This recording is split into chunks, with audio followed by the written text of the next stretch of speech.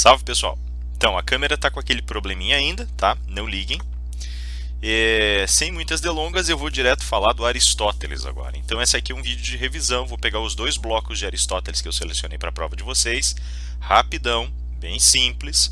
Vou deixar para vocês lá um guiazinho de estudo, só para vocês saberem como é que vocês usam esse vídeo. Separem em duas partes, bem bonitinhas. Primeira parte, o estudo desculpe, do pensamento aristotélico, voltado para a teoria das causas de ser, disposição, sacrifício, teoria do ato e da potência.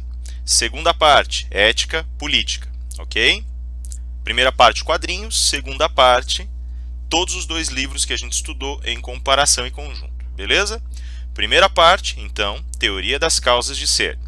Lembrem do quadro, quais são as 4 causas de ser? Causa formal, substancial, eficiente, final. De novo, formal, substancial, eficiente, final, ok?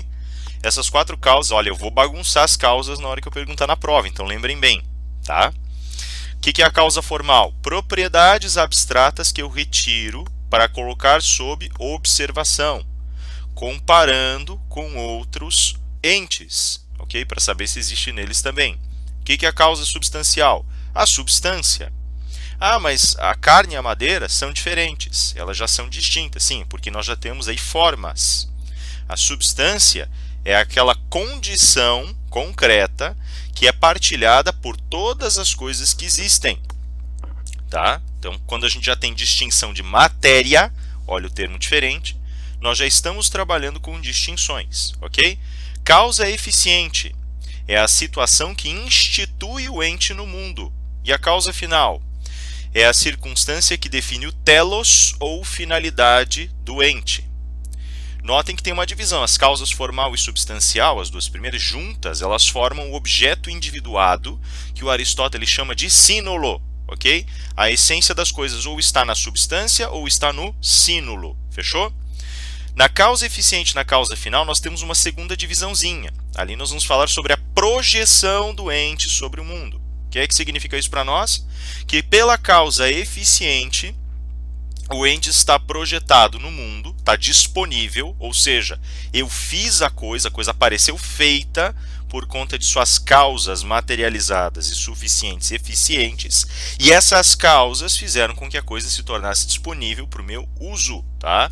A garrafa se torna disponível. Quais são as causas finais? É para que a garrafa serve, para que ela foi feita? Também, mas não só. É tudo para que posso usá-la, é tudo que ela pode vir a ser. Lembrem bem. Por que eu quero que vocês lembrem bem isso? Por 2 motivos. Primeiro, porque eu vou cobrar. E quando eu cobrar, eu quero as 2 possibilidades de interpretação do telos. Segundo, porque depois dessa cobrança, interpretar o telos de forma mais ampla me permite voltar sobre as causas anteriores, e ao voltar sobre essas causas, eu tenho condições de reler a filosofia aristotélica segundo os critérios da filosofia do movimento. Checa o vídeo anterior lá para saber de onde ela vem e que influências compõem aí essa filosofia do movimento, ok? Dentro desse contexto, causa eficiente e causa final colocam o objeto à disposição, ou seja, ele passa a afetar o mundo e ser afetado por ele, e isso exige um sacrifício. Antes disso aqui existir, a gente não usa na filosofia clássica o termo objeto, mas sim ente, eu estou emprestando aqui o termo para facilitar. O ente, ele tinha, pela sua consubstanciação, pela potência presente lá, tinha várias possibilidades. Eu consolidei só nessas aqui, tá? Então eu sacrifiquei as demais para ter só aquelas, ok? O fato é que essas possibilidades agregadas e reunidas deixam outras que nunca se concretizam, e aí eu tenho um sacrifício. Lembrem desses conceitinhos. Disposição, quer dizer, dar para o mundo e deixar disponível, acessível ao mundo, e sacrifício, sacrificar outras probabilidades, outras possibilidades que não se realizam e que podem vir a se realizar, mas de forma diferente ou nunca mais vão se realizar. Ok? Quanto ao ato e à potência, lembrem-se, a potência está presente na substância. O que é a potência? É a capacidade de vir a ser coisas diferentes. E o ato? O ato é externo. Para eu pegar a potência do material que fez, de que surgiu isso aqui, eu tive que buscar por um ato externo de expor isso aqui para o mundo, instituir isso aqui no mundo. Se o ato e a potência estivessem já na substância, ela nunca pararia de mudar. Então o ato é sempre externo, a potência é sempre latente, presente na substância, ok? Como consequência distante disso, nós vamos ter que, no pensamento aristotélico, primeiro vem o ato e depois vem a potência, ok? Maravilha. Então, em origem tem o ato, depois tem a potência. O ato incide sobre a potência e as coisas começam a se transformar, porque a substância revela essa potência, desperta essa potência, e as transformações vão tomando parte através do tempo. Fechou? Maravilha. Segunda parte. Então, agora nós vamos falar sobre ética e política. Pontos cruciais para lembrar. O que é a ética? Lembrem-se que a discussão sobre a ética começa, na verdade, quando nós falamos sobre uma perscrutação da alma humana. A alma humana deve ser compreendida, então, como tendo duas partes, uma dirigida para a metafísica, outra dirigida para as relações materiais. A parte que se dirige à metafísica e que se dirige às relações materiais, elas são acopladas uma na outra, elas são complementares, ok? Essas duas partes vão nos levar a uma compreensão gradativa das motivações centrais que conduzem às ações humanas, que fazem com que o homem tente melhorar, se transformar, modificar, que tendem a fazer com que o homem produza e viva. Lembrem do seguinte, toda vez que nós levarmos em consideração, que nós construirmos essas duas dimensões, tem uma dimensão que é mais próxima da materialidade, e essa dimensão vai estar ligada ao que nós chamamos de vida vegetativa ou reprodutiva. Nesse caso, produzimos para sobreviver e estamos mais ligados aos animais, às feras. Tem uma outra linha de vida que está ligada à metafísica, que é a chamada contemplativa. Essa outra vai nos levar a dar sentido e construir sentido para as nossas existências, produzindo para melhorar, para que a gente seja mais virtuoso, para que a gente se aproxime da essência. Ok? Se vocês quiserem substituir por outros termos, zoé e bios, respectivamente. Tá? Nesse contexto, nessa arquitetura, teremos como consequência fundamental, como consequência primordial, a noção de que toda vez que procuramos gerar sentido em nossas vidas, estamos de alguma maneira extraindo nossas forças daquilo que somos em essência. Escolhemos então por que e como vamos fazer isso. Na leitura aristotélica, sempre que nos dirigimos para qualquer sentido, sempre construímos qualquer sentido, procuramos alguma coisa. Todo ser humano define essa coisa como sendo felicidade. A felicidade para alguns vai aparecer dentro das dimensões materiais, e ele enumera para nós 3 momentos, elenca 3 momentos em que isso pode acontecer. Podemos procurar felicidade através da riqueza, através do prazer ou através da honra, como reconhecimento social. É assim? Para ele, não, porque esses elementos são fugazes, são colocados nas mãos dos outros e por isso não valem como critérios fundamentais da felicidade verdadeira, da supina felicidade, como dizem algumas traduções. Por conta disso, nós também levamos em consideração a superação desses limites. E ele vai levar em consideração que algumas pessoas, tomando já a vida contemplativa, falam sobre a possibilidade de atingimento da felicidade a partir da virtude. A virtude só pode ser atingida se eu tiver um domínio, um conhecimento próprio no que diz respeito à alma. E esse conhecimento próprio só aparece à medida que eu me torno mais sábio. A sabedoria vai ter então 2 setores, um voltado para a compreensão dessas realidades mais materializadas, outro da metafísica. Uma sabedoria de caráter prático e uma de caráter metafísico ou teórico. Claro, as ciências vão ser produzidas a partir disso, algumas de caráter contemplativo ou reflexivo, outras de caráter prático, e algumas que vão reproduzir ou simular a constituição criativa do homem, que são as chamadas poéticas, artes ou ciências poéticas, como a retórica e a poesia. Ok? A virtude, nesse sentido, vai sendo conquistada segundo critérios que vão me tornando cada vez mais sábio no que diz respeito a elas. Devo, no entanto, entender que essas virtudes não são aqui selecionadas e conquistadas a exemplo das ordens virtuosas que nós temos em Platão. Porque para Aristóteles, a constituição da ideia, lembrem bem, muito embora possa ser considerada existente e mereça ser discutida, não nos leva a compreender em essência o ser humano. Lembrem do começo da Ética Nicômaco, quando ele vai dizer para nós que a ideia bem pode existir, mas é pertencente ao terreno dos deuses, não ao terreno dos homens. Então a essência humana, a essência dos homens, está no plano material e, mais do que isso, está informada por certas ordens metafísicas. O máximo que posso fazer, portanto, é analisar essas forças, esse universo, essa ordem, e extrair certas propriedades dessas ordens, permitindo assim uma reflexão que vai me permitir compreender mais universalmente os posicionamentos e as construções dos outros indivíduos. Ok? A compreensão da virtude, portanto, está nesse plano. E ela aparece, evidentemente, não com o extremo da metafísica, nem com o extremo da materialidade, mas com o meio termo, o que se chama de justa medida. Tem 3 dimensões para a justa medida. Primeira delas, minha relação com o meu meio. O que eu chamo de virtuoso sob certas situações pode não ser em outras. Então o equilíbrio tem que aparecer em primeiro lugar com a adequação da virtude às circunstâncias que me cercam. Segundo, a justa medida como aparecendo entre a falta e o excesso. Por exemplo, o corajoso entre o covarde e o tolo. Sim? O generoso entre o avarento e o pródigo. E assim por diante.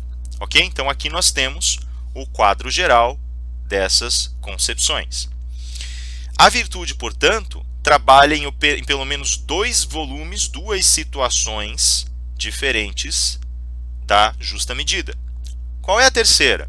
A terceira é a que mostra que a virtude nunca será atingida em seu estado pleno e perfeito, e que por isso mesmo deve ser pesquisada sempre com aquela semente de dúvida que faz com que nós nos perguntemos se a saída que encontramos é a melhor possível ou não. Ok? Como isso influencia a política sob a ótica aristotélica? Simples. A política aparece como resultado do cultivo dessas virtudes. Se nós levarmos em consideração a definição central de ética, vamos perceber que o Aristóteles a coloca como sendo a repetição de determinados hábitos para a construção, por insistência, de certos sentidos nas nossas existências. Ok? Essa mesma repetição pode ser aplicada num terreno mais amplo, que me permite então colocar certas realidades contemplativas, sobrepondo-as aquele direcionamento, aquele sentido original que uma vida comunitária ou que um modo de viver teriam. Dessa maneira, esses novos hábitos pegam esse primeiro sentido e reconstroem e redesenham segundo aquilo que eu pensei e segundo aquilo que eu decidi como sendo melhor.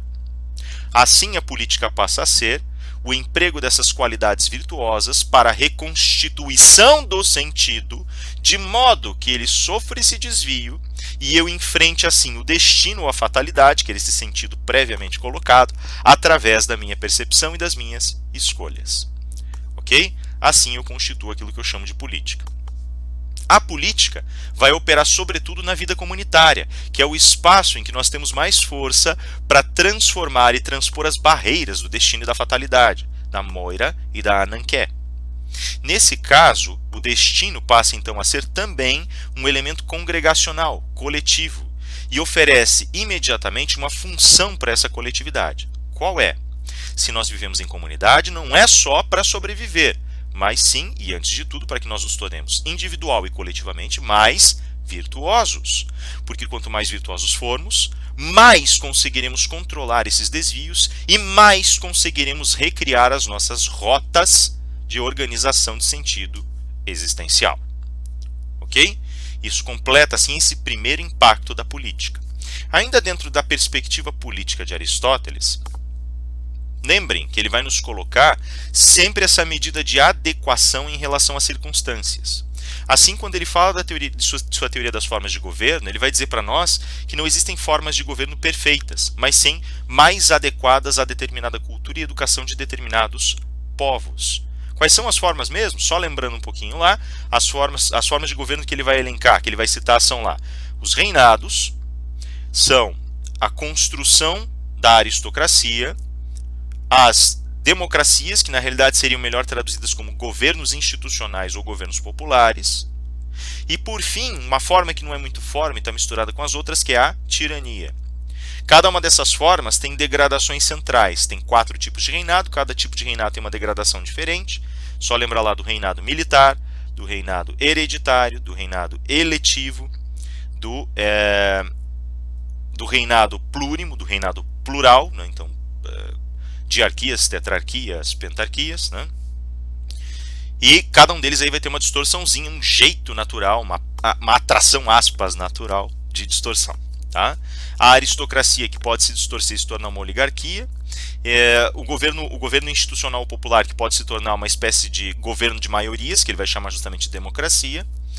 E a tirania, na realidade, não chega a ter uma distorção e nem chega a ser uma distorção em si, porque ela aparece no meio das outras construções institucionais. Tá? Não tem uma apologia clara do que Aristóteles defende, tem só, na realidade, essa preocupação com a adequação de determinadas formas de governo a determinados grupos ou a determinadas comunidades. Né? Democracia para comunidades muito ilustradas, ou o governo das instituições para comunidades muito ilustradas. A aristocracia, quando você tem um grupo de pessoas seletas e bem educadas para governar. O reinado ou os reinados, quando você tem pouquíssimas pessoas bem educadas que precisam conduzir o seu povo de uma maneira um pouco mais firme, mais consistente, certo? Seria mais ou menos essa a ideia, ok? Lembrem-se também que o resultado estruturante das forças políticas começa naqueles velhos regimes monárquicos que simulam as estruturas familiares no espaço coletivo e, mais do que isso, lembrem-se também que as famílias elas legam certas estruturas de dominação justamente porque elas são entendidas como as ordens originais e naturais da hierarquia e das relações de poder.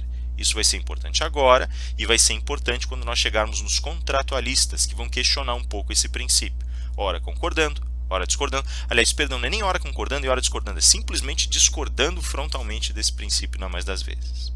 Ok? Isso seria essa peça inicial para descrever aqui os dois momentos de Aristóteles. Eu vou fechando o vídeo por aqui porque ele já está ficando longuinho e eu quero ele bem curtinho para vocês poderem estudar. Peguem o guiazinho lá e vão batendo as informações que vocês têm com as informações do vídeo, com as informações da aula. Lembrem-se, isso aqui é só um resuminho. Ok? Valeu, pessoal, e até a próxima.